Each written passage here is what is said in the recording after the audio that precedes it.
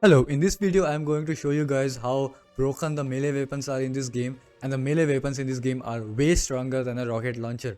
Now I am specifically going to talk about the heavy melee weapons, but this applies to all the melee weapons, light and medium as well, but the heavy melee weapons are the most broken ones. This has been in the game since it was released, but now it's even more broken, and that's why I'm making this video. And the reason for this is because first, the heavy melee weapons or the melee weapons in this game have infinite cleave, which means they have no kill cap on swarm zombies. Second, the game gives you a lot of chance to become invulnerable and invisible to the zombies or the enemies.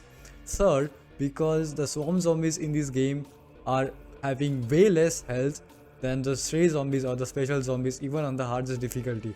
And if you combine all these three reasons, this means that you can use the invulnerable and invisible perks in this game and the infinite cleave of the heavy melee weapons in this game.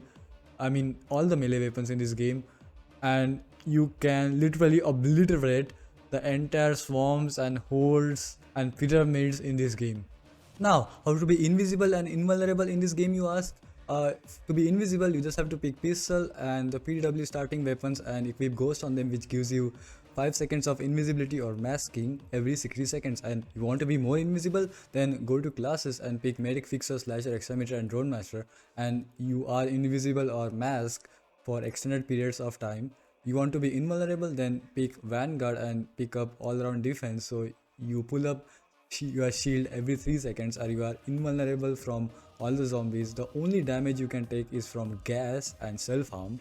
So gas is the only biggest enemy when you are playing this class, but practically you have infinite amount of shields unless you get surrounded by every single zombie in the game, which doesn't really happen.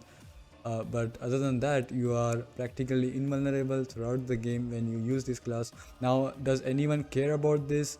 No, because the community is brain dead to even bother or care, and the developers even more brain dead than that to even add these things in the game. I mean, there is no bad feeling about hate or anything while saying this, because this is what it is, and the game is broken because of extended periods of invisibility and invulnerability. But nonetheless, moving on to the melee weapons again, the cleave of a melee weapon is basically how many targets you can hit or damage or kill with one swing. Now in this game, the heavy melee weapons have cleave of 2 as indicated by targets here, while the light and medium melee weapons have cleave of 1. So that means that when you use a heavy melee weapon and swing once, it will kill or damage 2 enemies, and any further than that, you'll get just pushed back. Now, how does a proper melee system look like? I will let a YouTuber known as Teleports explain you this. Every melee swing in Dark Tide can go through a certain amount of mass and has a certain damage distribution against the targets it hits. Most of the time, this distribution makes sense, and you deal the most damage to the first guy you hit, and less damage for each subsequent target, until you reach the minimal damage your swing can deal, or until you stop dealing damage, like on club heavy sweeps, which can only damage 3 guys. Also, I want to make it very clear that all these heavy melee weapons are the same. They have same pushback and cleave. The swing pattern and the move set is the same, except they have different perks and signature strike. Now I won't go into signature strike because using signature strike is not advisable when it gets you locked in a long animation during combat, which isn't great when you become vulnerable to enemies in that long animation. I will let you guys watch my tests and you can see for yourself that they all have the same pushback and the cleave.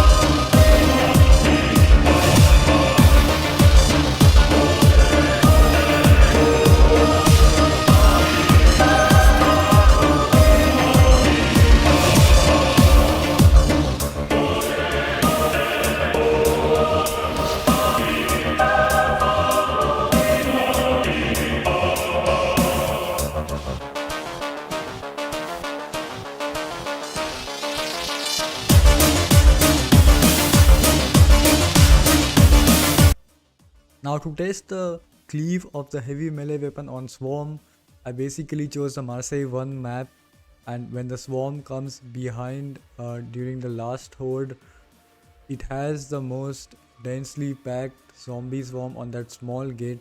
So basically I used fixer masking and went inside the swarm, which is like 250 zombies, and then swing or melee once and saw the number of kills. So I'll let you guys watch the number of kills.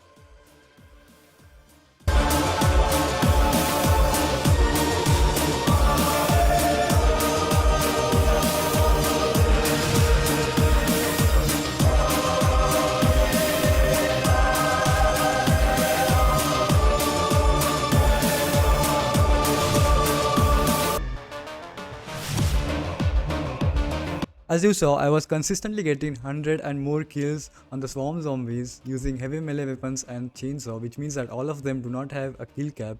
They can cleave infinitely as long as the game allows it. So if there were like infinite amount of zombies in a small area and you swing once, all of them will just get obliterated and you will get like infinite kills. And by the way, if you remember, the Exterminator's rocket launcher, which is the strongest weapon in the game, can kill only 100 zombies per shot. It has a kill cap, but the melee weapons, including the light and medium melee weapons, do not have any kill cap. The light and medium melee weapons will kill less amount of zombies because the swing radius of them is smaller than the heavy melee weapons, and this is the reason why the heavy melee weapons are broken, because they have 360-degree swing, which means that anything which hits the 360 degree will either get pushed back or get obliterated, especially the swarm zombies, because swarm zombies have way less health than stray zombies. So any swarm zombie getting in path of that swing of your heavy melee weapon will just get deleted off the screen and you are going to win the game like that. Now why is this broken? Because you do not have to find a rocket launcher, you do not have to find a chainsaw, you don't have to do anything because you spawn with the melee weapons. You do not even need a primary weapon. All you have to do is have these melee weapons and the perks which give you invisibility and invulnerability, and all you do is basically allow the zombies to pile up on the fence and then use those invulnerability and invisibility and go in and obliterate the swarm. Now I don't think it is healthy for this game to have so strong melee weapons which are stronger than a rocket launcher from the Exterminator. I think this is game breaking to have melee weapons so strong in a shooter cooperative game.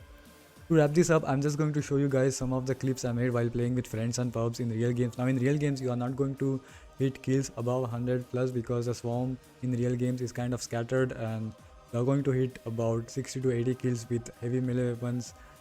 But I tested this in ideal scenario where the swarm and the pyramid is intact and nobody has touched it. So in real games you are not going to hit that many kills, but the theoretical limit is infinite.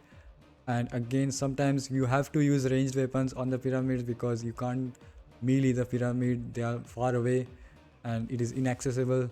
But in most of the maps you play, you can always find fences and pyramids where you can just melee them and get infinite amount of kills theoretically.